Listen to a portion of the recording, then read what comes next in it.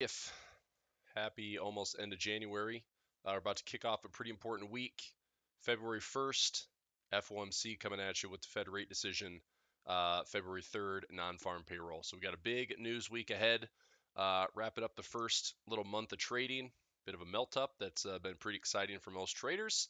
So let's get into it. Let's go to the risk disclaimer. We understand risk in trading. Please and always use trade capital only. Do not trade with money you can afford to lose, whether trading stocks, options, futures, forex, cryptos. You know the deal. If you're following me on social media, make sure it's me. YouTube.com/Chris Pulver. Mondays and Fridays, 9:30 a.m. Eastern Time. Verified account on Twitter at Real Chris Pulver. I will not send out messages. I will not solicit. I just had somebody email me or send me a message on Telegram. Somebody claiming to be me. It's not me. All right. These are the outlets. Pretty simple. Right? You either find me in my trading rooms, find me on youtube.com/Chris Pulver, or Twitter at Chris Pulver, Instagram at Chris Pulver, so on and so forth. Okay, get those scammers kicked off social media. All right, nice to be back, everybody. Live this week. Last week, Friday, was a little under the weather. Probably still sound like it because I feel like it. It's been an interesting uh, cold. I haven't been sick in a couple of years, and it hit me pretty hard. So feeling a lot better today, but just sound like crap. So anyway, let's go to it. Here's currency strength chart for the morning. Euro's on top, Aussie's on the bottom. Not a ton on the vertical axis. I took a screenshot of some of the earnings this week. We have 357 companies reported earnings. Some notables: General Motors, Caterpillar, McDonald's, Pfizer, ExxonMobil just announced a big buyback, so their stock price is at all-time highs. Spotify, Snap, as in Snapchat, and then semiconductors with advanced micro devices. Peloton, see if Peloton can come back from the dead. T-Mobile, telecommunication companies have been doing pretty well. Verizon, AT&T, so maybe T-Mobile does pretty well. Meta as well. Meta's been creeping up towards that 150 to 160 area, closing those big gaps. Netflix did the same thing when it hit the yearly pivot at 350. Merck, Ford, Starbucks, Qualcomm, Alphabet, another division of Google, Amazon, Apple, so big ones Thursday with your famous FANG stocks, if you will. So just some notables, like I said, 357 this week, 357 companies for earnings. So earnings season is just getting underway as we kick off a big week with the Fed. Let's say hi to everybody out there in YouTube land. Let's see what's going on. All right. Good morning, David. Good morning, Chris. Good morning, Jacob. Good morning, Will. How are you? Don, good morning. Paul, good morning. Yeah, feeling better. I sound like crap. It's been an interesting. I got about 36 hours of sleep in the last 3 days, so that probably doesn't hurt. Tom, good morning. Don, good morning. Gail, what's happening? All right. Good to see everybody. What's up, Jason? Robert, nice to see you. Brad, nice to see you. Tony, nice to see you. Tom, what's happening, sir? How are you? John in the house. All right. That's good. So, Forex Factory this week. Wednesday, right? We're wrapping up the month. We're taking a look at everything. I've got to log into all charts here. Looking at some high impact news for the week. We have CAD GDP on Tuesday to wrap up. We have employment news. This actually is going to be right before the end of the month into the first day of February. So 4:45 p.m. employment news out of the New Zealand, out of the Kiwi, I meant. That's quarterly employment. February 1st.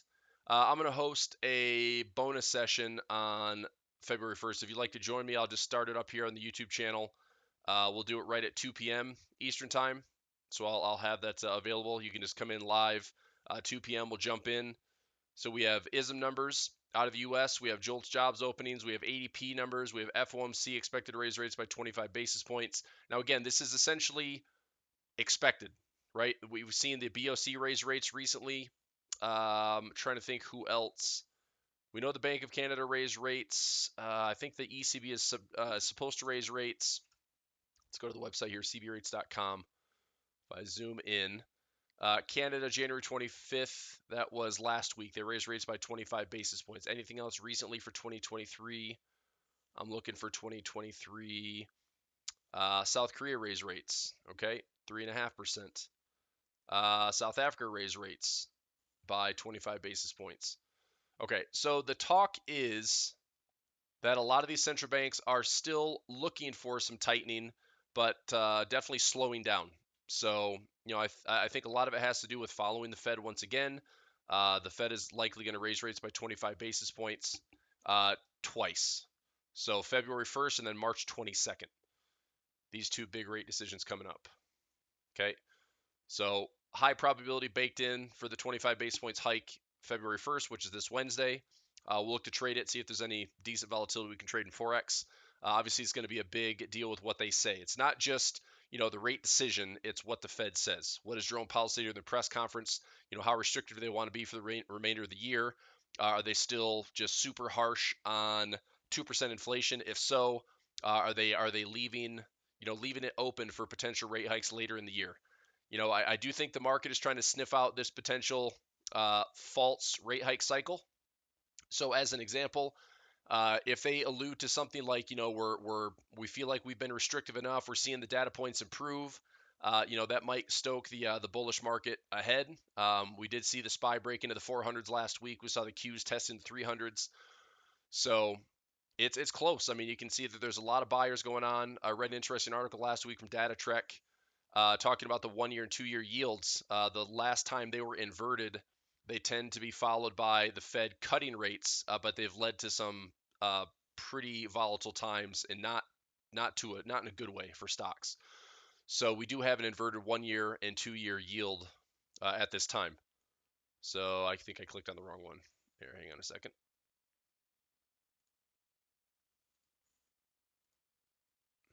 Get out of here. There we go. All right, so let's go 358 on Netflix. Let's go to Tesla. I'm going to start throwing in some covered calls. We're at 174 on Tesla. I might put in an in the money, 165 or 170 this week. SPY. So last week in Equities on Demand, we did some bear call spreads. We had a couple of them get filled. So we had a high at 408. 408. Hopefully we were filled on a couple. We had a couple staggered positions. We had a 400 by 405 and a 405 by 410. With a high at 408, it's going to be close. I don't know if we got filled in that or not. We were asking for 315 credit, and we may or may not have been filled. I also put in a bull put spread, which if this drops to the downside, that bull put spread would get filled. I think we're looking at $4 out of that. $4 out of that $5 credit spread. We also looked at the Qs, which tech has been leading the way. The Qs came up here towards 298. We're looking at the 300 by 305.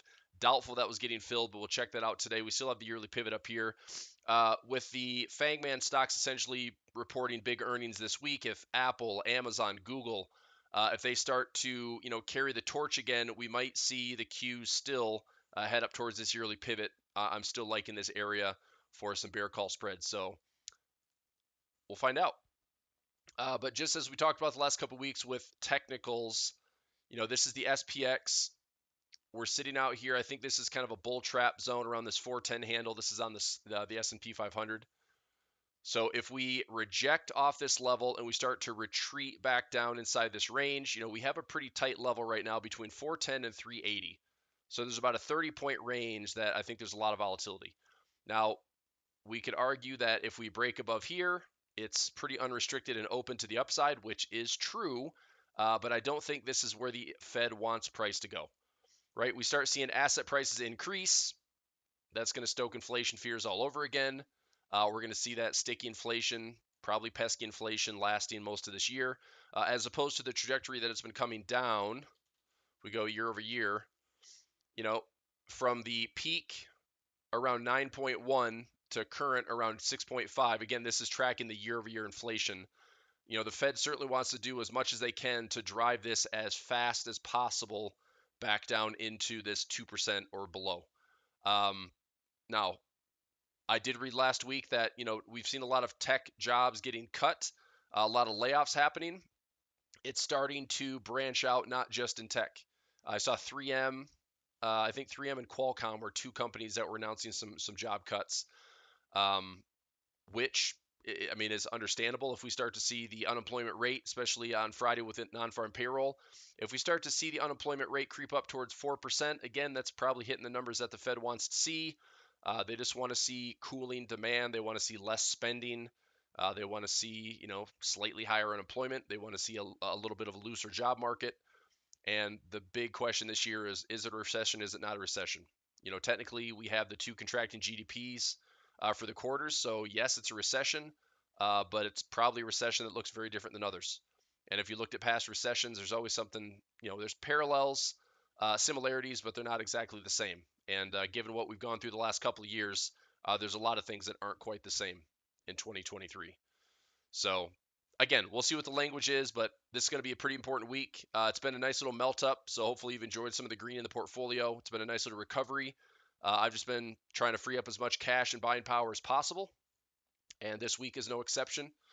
So looking to just kind of take some profit where I can. Had a few stocks get called away last week, and I'll continue to do that going into this week. So let's see. S&P there. We'll watch the earnings reports. Apple, as an example, reported on Thursday. Apple's hanging out at 144. They hit the yearly pivot. There's potentially room for Apple to get up into 160s again. Tesla's made a pretty good recovery to the upside. We have a yearly pivot up here towards 211, but we might have to have a pullback first, right? This could be a cup and handle.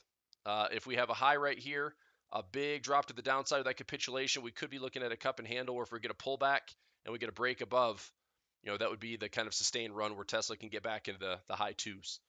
So the argument that I'm seeing for Tesla right now is, yes, they're slashing prices on their vehicles, and yes, their used car prices are going way down, but all they have to worry about are electric vehicles, where other major automakers are dealing with the balance of combustion engines plus EV and trying to make that transition. That's proving to be somewhat difficult. So Ford this week trading at 13. Have some ownership in Ford. Stock price, I don't mind. Honda Motors, we've been watching this one for a while in equities on demands. If we can fall back into the low 20s on Honda, I'd love to see this one get scooped by us in class in the trading room. So I think it's a solid play. General Motors trading at 37, lots of consolidation, still room to drop lower. This would be a great stock to own in the 20s if we ever dropped again, but we'll find out. So anyway, lots to unpack there with higher earnings coming this week with a quantity of companies. Let's get into Forex. All eyes are going to be on the dollar. So let's go to the DXY. So DXY is trading at 101.86. Watch this 100 number, just a nice big round number for the DXY. That also brings us back in towards this weekly 200 EMA. So we have a nice little cluster down here. We're slightly below. So I wouldn't be surprised if possibly, the Fed talk this week, if we capitulate down a little bit more, maybe put in that low around 100, or we start turning the corner sooner than later. One thing we were looking for on the technicals with the dollar index on the daily chart is we didn't quite stretch into oversold territory, but we do see some noticeable disagreement. So, we've been making lower lows in price. We see some noticeable disagreement with the momentum. I don't see oversold conditions yet. So any type of push lower, flush lower, I could see this tapping the oversold territory and then bouncing back up and then bringing the dollar index off these lows. So it will be interesting to see if that plays out this week. What the Fed's language is with the press conference. We'll be trading that live together on the YouTube channel Wednesday afternoon at 2 p.m. if you want to join me. Okay, but if you're just marking a number on the DXY, 100.00. We've also seen essentially 3 weeks as the dollar has been quiet. Okay, it's allowed the stock market to melt up. And we've seen that happen with a lot of correlations, right? The dollar's been softer, allowing stocks to rally. The dollar's been softer, allowing oil to rally. The dollar's been softer, allowing gold and silver to rally. So you've seen some resiliency in all those, right? Oil got up as high as 82.50. We're pulling back a little bit. We're going to see if this is a buy on dip. I'm not sure. I still like, buying lots of oil down here in the $65 to $70 zone. If this is just a little bit of a correction, maybe, I don't know, maybe that corrective look, but it ends up pushing lower. Not sure. Or we have a higher low to higher high. We just work our way back into this. This has been a pretty solid sell zone since about September of last year. Lots of resistance here on the 200 moving average. We do have a yearly pivot, which if we get down to $65 or $70, I think that's a great trade for the year. Is long oil from 65 back up towards 95. Getting a $30 swing out of that would be quite profitable. You're looking at a percentage move around 40%. So there's a lot of stocks that could benefit from that as well. But it's going to be testy. Gold. Gold is trading at 1925. It just registers some overbought conditions with some divergence, so we might have a pullback coming on gold. If we get a pullback on gold, expect the dollar to show some resiliency and strength. If we see a little bit more capitulation, a little bit more sliding to the upside on gold, that's fine. This is the area that gold will probably be topping out. Between 2000 and 2070, I'd see a lot of resistance going to sink in on gold. Silver.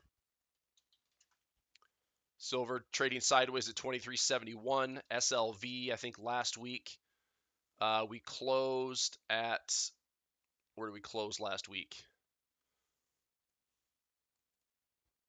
Looks like I have a close here at 2168. Had some stock called away for about $2 a share, which wasn't bad considering it was about 4,500 shares. So I'll take my 201, 2.01 times 4,500 shares. Made 9 grand last week on SLV. I'll take that, and I'm looking to get back in. We have a couple of credit spreads out into February and March that are in the 18 by 17 zone, so those are still looking good for some profit. I also had FCX called away last week. I rolled a cover call down and rolled it into like $40 or something like that, and got it called away with a break even in the low 30s. We did a bunch of credit spreads down here: 30 by 29, 33 by 32, and anyway, got some stock called away in FCX. So some of these material plays have been pretty solid. FCX we still like. If we get dips, we're going to buy some more. Alcoa had some stock called away, did some credit spreads for some profit. Earnings just shy of that yearly pivot around $60. But watch this one pretty carefully. This might be a really nice head and shoulders trade too. Something like that. Left shoulder, head to neckline. We pull back into, let's say, the mid 40s. I like this area for some more credit spreads, and then see if directionally we can get this play up into the 70s. So pretty good play on these materials. China's still doing really well. If you look at KWeb, Alibaba, FXI, still like 60 to 7% off the lows. So we've been protecting a lot of profit on these Chinese stocks. FXI way off the lows, Alibaba way off the lows, the Hang Seng, the Shenzhen Composite all off the lows. I feel like there's some animal spirits being lifted here. There's a lot of accommodation coming out of China. The US dollar, Chinese yuan has been favoring a weakness in the Chinese yuan. All right, I actually take that back. A strength in the Chinese yuan with a weakness in the dollar. So I think the ACWI, the ACWI, right here. Oops. ACWY. Yep. So basically, this is a symbol that kind of represents everything non-US. So we're in a buy zone. A lot of the recovery, a lot of the bullishness that's being led has the non-US led bullishness has kind of dragged the US market with it, and that's going to make for an interesting Q1. If maybe our money is treated better non-US, we've kind of maxed out possibly, or US tech is not the place to be and there's other places to be. So anyway, that's stuff we got to navigate for this year. Okay. All right. Let's get into some currencies here. I gotta start class at the top of the hour, so let's get into some currencies. This week, any pressing news? I know the dollar basket on Wednesday will trade non-farm payroll. We can have bonus session there as well. Yeah, I'll do two things. So if you want to make a note for this week, so we'll have 2 bonus sessions. Okay, so on the YouTube channel, 2 bonus sessions. We'll do a Wednesday, February 1st at 2 p.m. Eastern Time, and Friday, February 3rd. We'll do it at be 8:30 a.m. Eastern Time. So we're just going to kick it off, get ready to trade right when the news happens. So 2 p.m. is a rate decision for the Fed. 8:30 a.m. Eastern Time on Friday is a non-farm payroll announcement. I don't like to trade before the news. I like to give it 5, 10, 15 minutes. Just let the market be noisy for a second. Let there be that kind of wild spread disruption. Get the straddlers involved and get them all stopped out, and then we'll try to find some flow for the morning on Friday. Try to find some flow for the afternoon. A lot of times FOMC can be a bit tricky. Simply because it's a 2 to 3 o'clock candle. So a lot of times it's, a lot of movement right out of the gates. And then from 2:30 to 3 o'clock or 2:30 to 3:30 with a press conference, a lot of times we see a big indecision candle. on those FOMC announcements. So inside of that, there's a lot of trading opportunities. But we could have, very quickly, sharp move to the downside, sharp move to the upside, and then it establishes a range. So it's just, we have to be pretty aggressive on our trades. That's all. So bonus session this week. If you want to join me, it'll be right back here on the YouTube page. Cool beans. All right, currency wise, our charts last week, we were protecting profits there. I'm still long on Aussie Swiss. I'm still long on CAD Swiss. I'm still long on Euro Swiss. We have a good position running right now on Euro CAD to the downside. Hopefully, you know what? I'd actually really like to see this Euro CAD to the downside. If we have a nice little rising wedge, let me use a straight line here. This could set up in a very solid pattern here, something like this. If we set up a bit of a rising wedge, even if we come back up towards 46, we have three levels. We have 46, 48, and 1.50. Again, if it breaks down, fine. We're going to take some profit here around 43, possibly take some profit here, ideally at the yearly pivot at 1.40. I'm still going to stay long on the CAD Swiss. I like that trade quite a bit. If we break these highs at 69.50, break 7,000, there's a nice profit window up here towards 72.50. So hold long on that. Euro Swiss is going better. Let's see if we can break above these highs at 1.01. Pound Swiss also holding long towards 1550. Hopefully, we get a break above this 200 EMA, get above 1550 to 1600. Hopefully, run up here towards 1.20. New Zealand CAD, we took some profit. New Zealand Swiss head and shoulders. It's going to be close right here. You can see the black line that I have. That's a neckline. That's what I'm seeing. Left shoulder, head to neckline. If we break above this, a lot of times it's noisy on this neckline, but if we break above it, there's at least a let's just say symmetry. Low to high swing, low to high swing, somewhere between like 63 and 6400. We could have a fifth wave move as well that gets us back up into these highs around 65. So this could be some really nice open space with positive carry on the New Zealand Swiss. Dollar Swiss, I'm also long. We need to see some love out of the dollar. We need to see if the dollar is going to get some strength or just the Swiss gets weakness, right? If the dollar Swiss takes out any of these previous highs, I'm looking for a reversal pattern back into this big pocket. There's pivots, there's pockets, all sorts of great stuff to trade back to. So I remain long on the dollar Swiss towards 97 and 9800. Again, positive swap on that as well. So trying to take advantage of that. Pound Aussie, I see your question there, Gary. Sure, let's take a look at it. Pound Aussie. Pound Aussie, we have a sell trade running in the Flex trading room. We basically took this as a hedge. We were looking at a long on the Euro Aussie, but we took a short on the Pound Aussie. So I did that as a hedge. If I'm following directions, here's what I would say. We are, let me use a straight line. That's not illustrated very well. So we are below this, right? But here's my concern. Let's say that we close, 75.50. We close 75.50. I'd say this is putting in more of a bottom. This is probably heading higher. And we would want to consider, this is why I'm riding that Euro Aussie to the upside. So our buy trade on the Euro Aussie was filled right around 52.75. We're up about 120 pips. So if I had to trade, my profit for the Euro Aussie, if I can stay with that winner and then close out of my Pound Aussie to the short and lose, I think we're risking like 75 to 100 pips. If I take a small loss and I can ride my winner out a little bit longer, should be a net profit. That looks pretty good. So right now, like I said, I took a short position on the Pound Aussie, but I need to make sure that this is going to reject. So if it hits the weekly pivot and then starts to fade back down, this is in good shape. So we're looking at this last week as a break, retest, and go to the downside, and we're going to see if it rejects off that weekly pivot. If we close back above the weekly pivot today, tomorrow, then I think we're probably not right on that downside. But that's why we hedged it with Euro Aussie long. Okay. All right, Pound CAD. We're going to look to sell this around 68. Pound dollar, equal highs. Keep an eye on that one with non-farm this week. So we got plenty to dissect. So pretty heavy earnings week, a lot of volatility in currencies. Crypto's been certainly more interesting as of late. Bitcoin is hanging tough around 23,000. We're seeing some oversold condition or overbought conditions rather. A pullback is probably likely. But again, is it pullback that gets bought, or is it a little bit more of a drift up to the pivot that gets faded? So this pivot is probably going to get hit. I would imagine. Hopefully it's this. Hopefully we have a pullback first so I can look at some areas to buy in. And then if we hit that pivot, there's a bigger profit chunk. So, obviously you've got your long-term hold and speculation of Bitcoin, but even trading it this year, If we get a retest of 20K that goes up to 26 or 27, that's a pretty good trade. We come all the way back down to 16, go back up to 26, that's a pretty good trade. So maybe looking at a little bit more realistic levels versus Bitcoin's going to 250,000.